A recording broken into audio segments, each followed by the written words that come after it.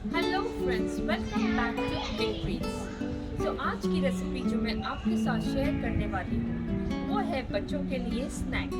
वैसे तो ये हम एज अ डिनर और लंच भी सर्व कर सकते हैं, बट मोस्टली किड्स को या बड़ों को ये हम स्नैक में भी सर्व कर सकते हैं। हम बना रहे हैं चिकन कैल्ज़ोन, जो कि चिकन ब्रेड भी बोल सकते हैं या पफ भी बोल सकते हैं। But trust me friends, it's going to be super awesome and very easy. Because आज मैं बनाऊंगी अवन में भी, और जिनके पास अवन नहीं है उनके लिए एक बड़े से पैन में। और पास जो पैन था वो मैंने यूज किया है बड़ा वैसे। अगर आपके पास उससे बड़ा हो so you can make more than one. So without wasting any time, I want to share this easy recipe with you. So without wasting any time, let's get into the kitchen.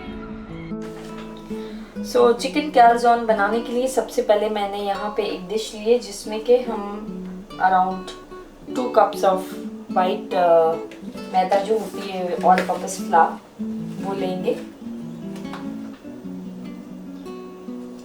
फिर उसमें हम डालेंगे 1.5 table spoon of east. उसके बाद में ये 1.5 teaspoon मैंने sugar ली है, 1 टीस्पून सॉल्ट, और हम डालेंगे ऑलिव ऑयल। थोड़ा ऑलिव ऑयल हम रोक लेंगे ताकि हम जब इसको गूंदेंगे उसमें यूज़ कर लें। फ्रेंड्स, आप इसको अपने हाथ से भी नीड कर सकते हैं। You can need with your hand, जैसे हम रोटी का आटा रेडी करते हैं। बट यहाँ पे I am going to use it into my food processor. I will be adding everything together. So यहाँ पे हमने ये डाल दिया है सब चीज़ें एक साथ, ईस्ट वगैरह जो हमने दी थी, और अब हम इसको गूंदेंगे दूध मिलाने के बाद।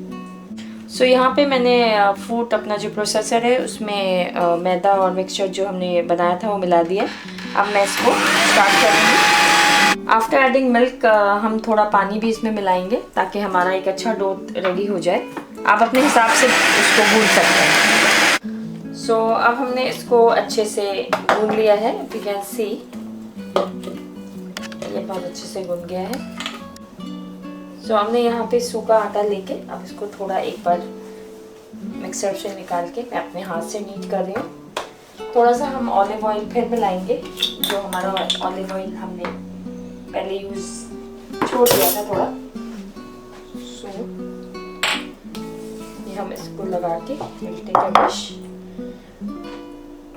ग्रीस का डिश, और अब हम इसको रखेंगे at least for 45 minutes to 1 hour. थोड़ा ज़्यादा भी रख सकते हैं थोड़ा फर्मेंट होने के लिए। सो या तो आप किसी इसके ढक्कन से या किसी टॉवल से या प्लास्टिक रैप से you can just wrap it and keep it in a warm place for at least 1 hour, 45 minutes to 1 hour. जब तक ये फर्मेंट होगा हम इसकी फिलिंग प्रिपेयर कर लेंगे। मैं इस तरह यहाँ एक प्लास्टिक रैप से इसको रैप कर रही हूँ।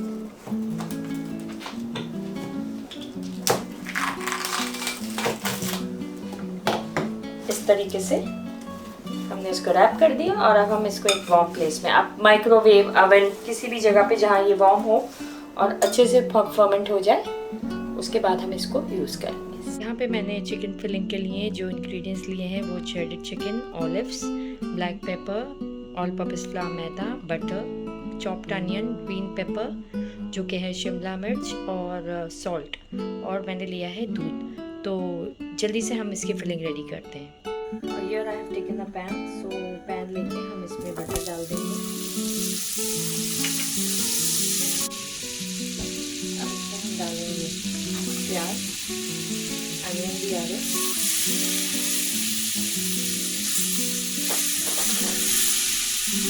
Gas should be little not too high, medium पे डाल देंगे हम गैस पर।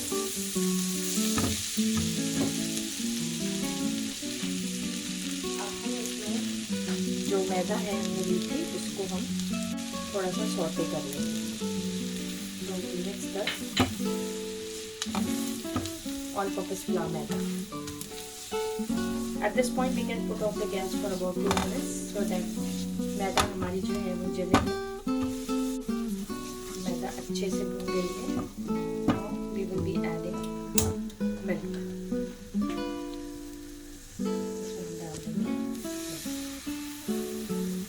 Basically it's like white white sauce भी प्रिपेयर। स्लो गैस करके हम खोल देंगे फिर से। Mix it very nicely. Will add capsicum जो कि है शिमला मिर्च, थोड़ी सी हमने चॉप करके डाली। फिर हमने इसमें ब्लैक पेपर 1/2 टीस्पून जितना मैंने लिया है यहाँ पे। अब इसमें हम डाल देंगे ऑलिव्स। यहाँ मैंने ब्लैक ऑलिव्स लिए हैं। Whatever or whichever color olives are available, you can take that. Now we will add the shredded chicken. Before that, we will add some salt, 1/2 teaspoon. Mix it, and then we will add the shredded chicken.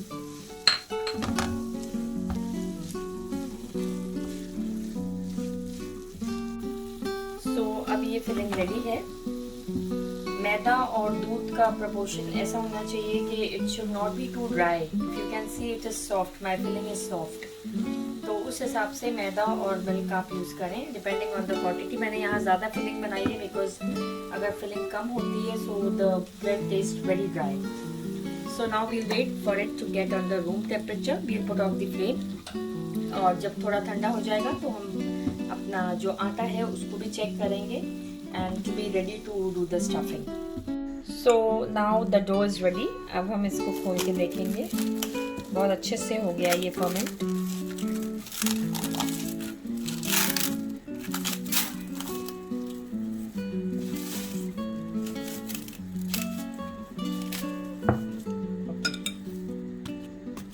Yes, बहुत अच्छे से हो गया ये।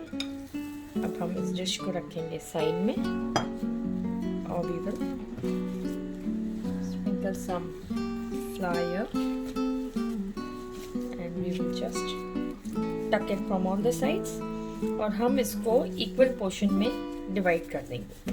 सी now, अब इस पे ये आप पे डिपेंड करता है कि आपको कैलजोल्स कितने बड़े चाहिए।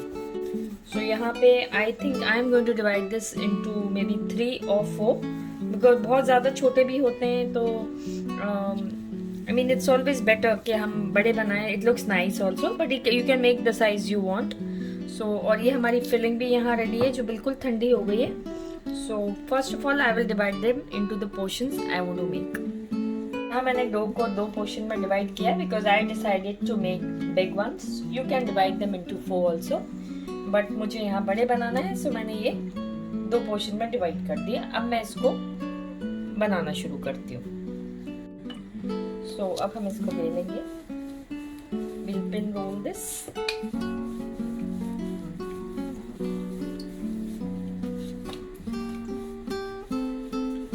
तो आपने देखा मैंने ये कैसे लॉन्ग शेप में इसको मैंने बेला है और साइड्स भी थोड़े बहुत रेक्टेंगल टाइप है। So इसके बीच में we will do the filling. The sides has to be a little broad also because हम वो शेप देंगे। Now we will do the filling.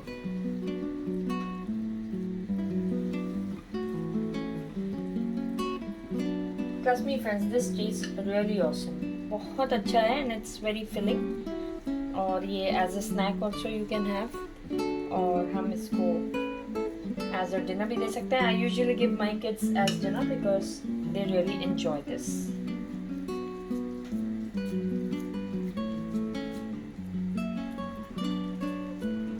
So अब हम इसको कट देंगे।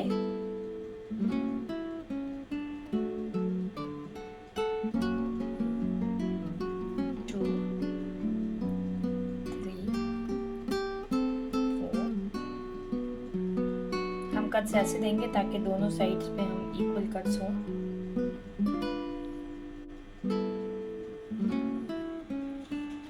तो इस तरीके से हमने इसको कट्स दे दिए दोनों साइड पे। अब हम इसको दोनों साइड से क्लोज करना शुरू करेंगे। It's super easy.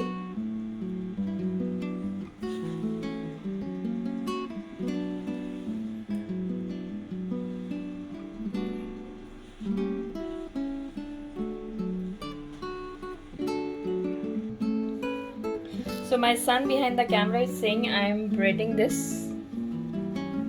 It actually looks like that, but it is super easy. Now you can leave it actually like this also, but we will make it like this. So now see, this is ready. Today I'm going to do one in a vessel, big vessel. एक हम रखेंगे इसको vessel में और एक मैं डालूंगी oven पे 180 डिग्रीज पे for about 20 minutes. उससे पहले I will put some black तिल on this, that is कलौंजी, वो डालेंगे और हम ब्रश करेंगे अंडे और दूध से इसको, so that we get the good color. So I am going to put this, since this is big, I will put this into the oven. As I told you, आप छोटे छोटे बना के भी कर सकते हैं. और दूसरा मैं बनाऊंगी एक बड़े पतीले में जो कि मैंने प्री हीट करने को रख दिया है. तो सबसे पहले हम इसको ब्रश करेंगे अंडे से और दूध से. मैंने एक अंडा लिया है और उसमें थोड़ा सा दूध डाल दिया है. इससे बहुत अच्छा कलर आ जाएगा.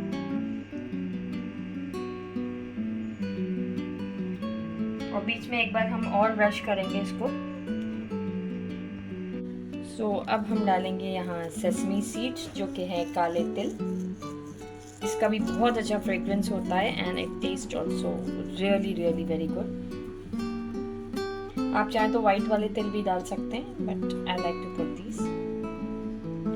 सो now it's ready to go into the oven. अब मैं इसको 180 डिग्री पे for half an hour 20-25 minutes डालूंगी. बीच में हम चेक करेंगे हाउ इज द कलर. और ये वाला हम डालेंगे पैन में जो कि मैंने गैस पे एटलीस्ट 15 मिनट्स पहले प्री हीट होने को रख दिया था. So now I will put this into the pan. This is how I have kept. ये जो पैन मैंने रेडी किया था उसमें मैंने ये डाल दिया है. आपके पास जैसी भी कोई प्लेट हो अगर उसमें भी you can put it.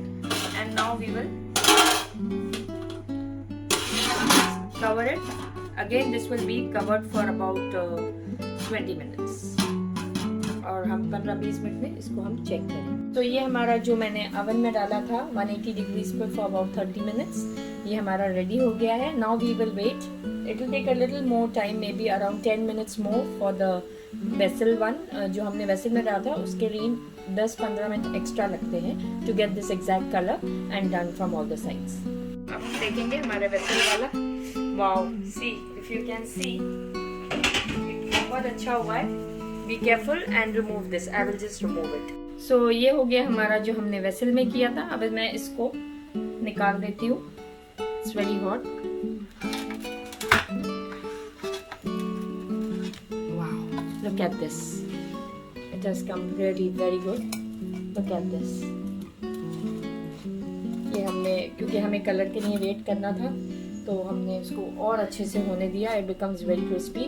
Now will cut this and I will show it to you. Let's do the plating. So अब हम करेंगे इसकी प्लेटिंग. ये हो गया हमारा जो हमने ओवन में बनाया था और हम ये वाले को अभी हम इसकी भी प्लेटिंग करेंगे. And I am sure guys, believe me, when I cut this and I show you the stuffing inside, it comes out awesome. और ये हो गई हमारी जो हमने वेसल में किया था उसकी plating. So if you see there is no difference in baking at all.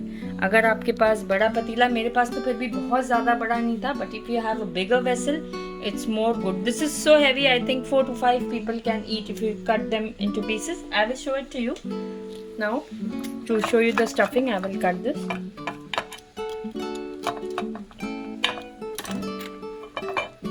Wow, look at this. Look at this. आप देख सकते हैं stuffing is so nice. So friends, if you like my recipe, please do not forget to subscribe, like and comment on the recipes. And whatever recipes you want, I will be posting for you. Just let me know in the comment